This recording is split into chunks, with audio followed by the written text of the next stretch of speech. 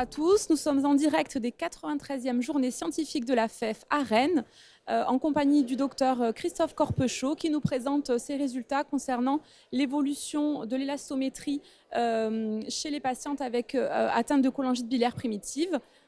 Bonjour docteur Corpechot, est-ce que vous pouvez nous présenter votre étude?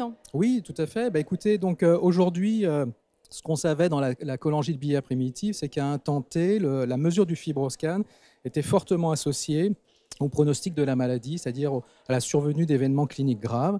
La question qui était en suspens, c'est de savoir si l'évolution maintenant de ces mesures du fibroscan dans le temps était également corrélée à cette évolution et de façon peut-être plus précise. Donc c'était ça l'objectif de l'étude. Très bien, et du coup, quels sont les résultats de cette étude? Alors, c'est une étude internationale, multicentrique, rétrospective, qui inclut plus de 3000 patients, donc une puissance statistique assez importante. Et donc, effectivement, c'était attendu, mais on le prouve, on montre que toute augmentation de la mesure du fibroscan dans le temps est associée à un surrisque de mortalité ou d'événements cliniques graves. Donc très bien, et à la lumière de ces résultats, qu'est-ce que vous faites vous en pratique? Un fibroscan tous les ans, tous les 2 ans? Comment vous sélectionnez les patients? Alors, l'idée et la philosophie de l'étude au départ, c'était surtout de montrer que cet outil pouvait être utilisé dans les essais thérapeutiques, pour montrer qu'en plus de la réponse biologique, l'absence de progression du fibroscan était peut-être un objectif thérapeutique idéal. Après, sur le plan individuel, au niveau du patient, il est difficile d'extrapoler ces résultats parce qu'il y a quand même une forte variabilité intrinsèque de ces mesures.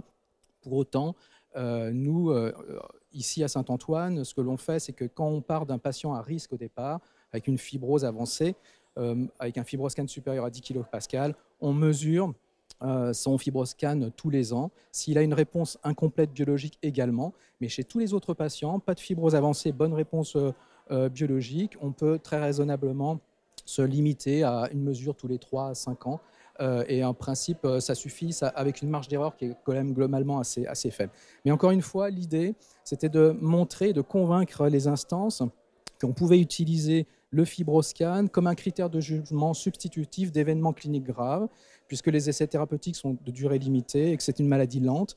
Et donc, pour avoir des licences de médicaments sur le fait que le fibroscan ne progresse pas sous traitement.